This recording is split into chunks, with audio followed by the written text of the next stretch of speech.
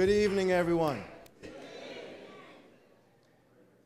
When I was asked to bring an introductory song, I decided that I would play The Gladiators, 1983, one of the best cultural roots rock reggae bands in history. And you know what the message was? Get ready. Get ready. Now you're probably wondering what that means. It doesn't just mean winning the next election.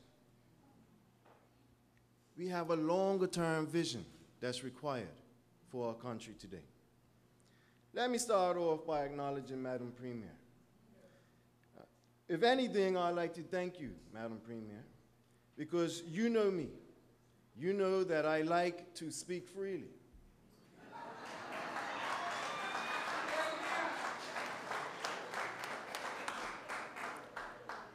You know that I like to call it as I see it, without apology to anyone.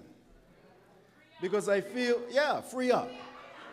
Because, you know, if it's one thing that's required as leadership, especially today as we enter into or in the middle of this economic and social tsunami, is that it's absolutely essential that what we say to you is the truth. I personally, I'm not paid enough to lie to you. Do you understand me? Yeah. We are not paid enough to deceive you and lie to you. So I'm going to ask you for your permission. If tonight I could speak briefly, not necessarily fully free, because we do have the media around and we understand the controversy. But I ask for your permission to speak frankly and straight to the point. You're going to notice that I don't have much to say about the opposition. United Bermuda Party, One Bermuda Alliance, whatever name you want to call. The reason why I don't have much to say about them is because I sit Fridays amongst them. I have seen them take off one shirt and put on another. I have seen it. And I know you have seen it. And I know that you will not be fooled into accepting what amounts to Harry Potter politics, sorcery, trying to fool you into thinking that they're actually something different. Why do people take us for granted? Why do they think that we're stupid? You know what? The best way to refute such claims is to act. You know, I'm delighted to be part of a dynamic candidate selection team from Warwick. My grandmother and my grandfather are from Warwick. In fact, Warwick Workmen's Club is the watering hole for my grandfather, Dudley Frog Rayner, for those of you who remember him. So it's a privilege and an honor to not only to address you, but also it's been my distinct honor to represent the constituents, residents, and voters of number 26, Warwick South Central. I hope and pray, and I know I'm not perfect, but I hope and pray that I have represented your interests in the fullness since I'm being your member of parliament.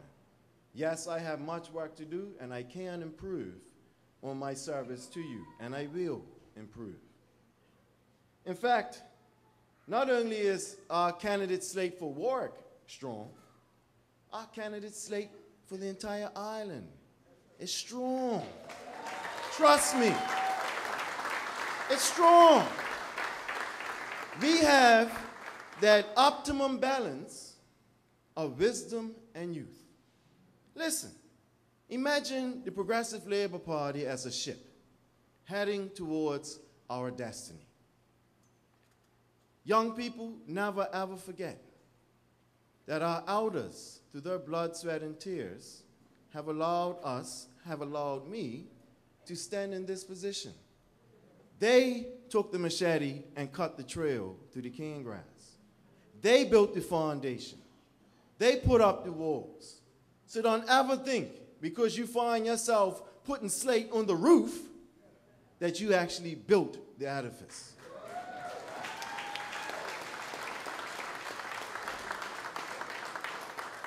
And don't ever think that because you put the slate on the roof, that you are going to occupy the building. The occupancy is for the next generation. Don't ever forget it. You see, our elders on our ship is our rudder. They guide us. They direct us. Who lives it knows it. They have lived longer than us. They have experienced more than us. So we should be humble enough to listen to them. Likewise, the youth in the Progressive Labor Party, they are the wind within our sails. They are the energy that's required to propel the ship forward towards our destiny. We will never, ever reach our destiny without the rudder or the wind within the sails.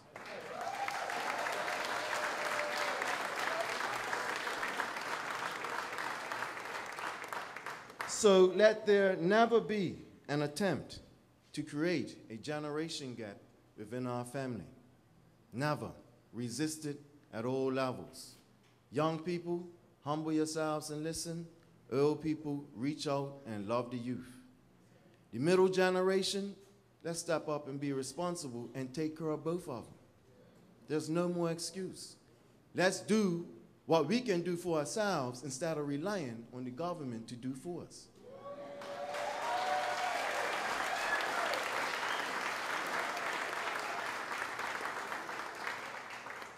After 14 years of government, certainly after some trial and error, which is natural, and admittedly, we have made some mistakes. And certainly, we have a long, long list of accomplishments. I'm not going to bore you with the accomplishments because you already know what they are. But we have done it. We have delivered on those accomplishments. But yet, we are humble enough to say, you know, we can improve. And improve we will. But there's no doubt in my mind, regardless of what we've been through, the Progressive Labor Party, yesterday, today, and tomorrow, represents the best opportunity, the best institution to guide and govern this country in the future. Don't ever forget that.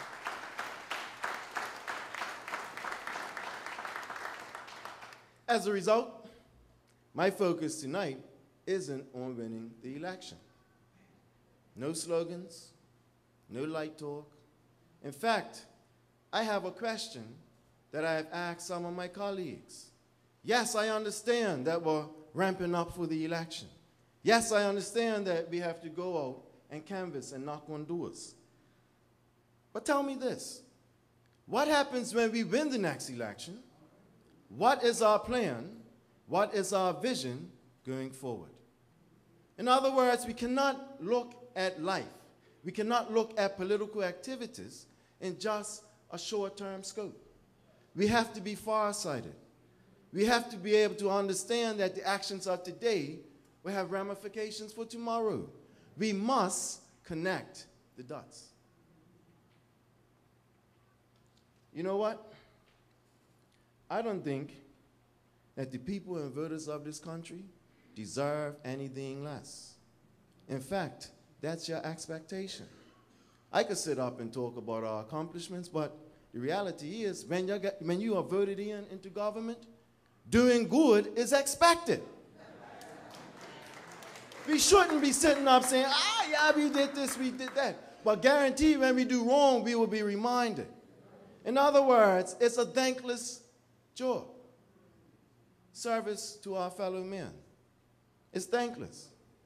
But at the same time, we have to understand that no matter what we have been through, we can and we will go through adversity and come out all the better. It's nothing new that we've been through. So you know what? Let's focus briefly on what is to be expected in the future for our party and our government. For those of you who had the opportunity to attend last week's banquet, at some point a video was shown, and there was a gentleman who spoke. For our elders, you will know him as Mr. Eugene Woods. I think he was a former chairman of the party. Did you hear his words? You know what he spoke of? He said, we have been to the mountaintop, what been through the swamp, what been through and what shed the blood and the sweat and the tears. But you know what? We still have unfinished business. And I said, well, what's the unfinished business, Elder? Talk to me. He spoke of empowerment. Unfinished business from the early 1980s. Still unfinished business today. So no matter how much work was done, we still have work to do. So let's discuss briefly empowerment. Empowerment. Ancient wisdom, an old adage says that as a man thinketh, he becometh. As we think, we act. There's nothing we do without it first entering into our mind. This applies to the individual, and it also applies to the group. So I'm going to appeal to you that now is the time to renew our thinking. In terms of economics, me and my wifey, I can say that now. Me and the wifey, we went grocery shopping. We went grocery shopping. Up to, one of the grocery stops up the street. Call no names. But I'll tell you what, when we got to the cash register, and the lady tallied it all up, and I looked, guess what? It said $350 for 5 bags of groceries. Now, my wife, she's from Bahamas, so for her, that's a shock. Like, what on earth? 5 bags for $350. That's the reality that we're living in. Prices are rising. Food is becoming more expensive. But then I turned to my wife and I said, you know what, wifey? Child, we shouldn't complain. In fact, this is an opportunity for us to compete. And that's another message that I'm bringing tonight. For economic empowerment, we need to stop complaining, start cooperating, and start competing.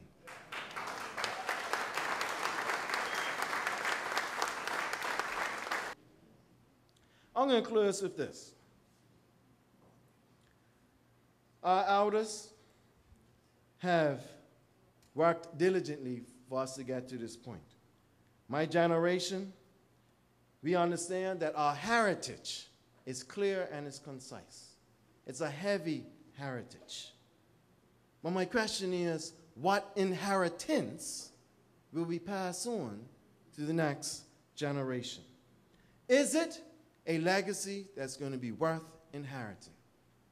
Remember, you dug the foundation, we put on the slate, but the occupancy of the edifice is for the future generation.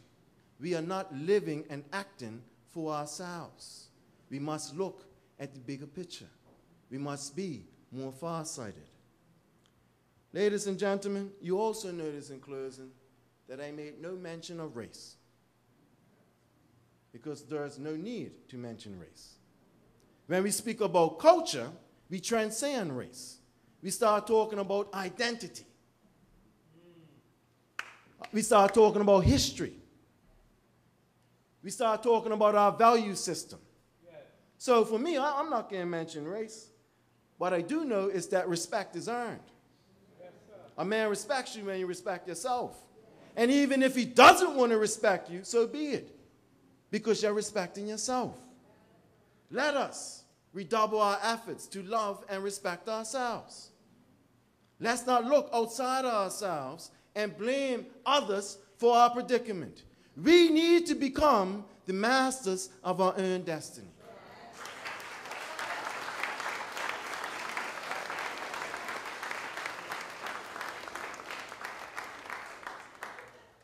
brothers and sisters, let's strengthen ourselves. Let's prepare to go to political battle. It's not just the 36 candidates that consist of a government. It's the entire party. We need all hands on deck right now. Our business is unfinished.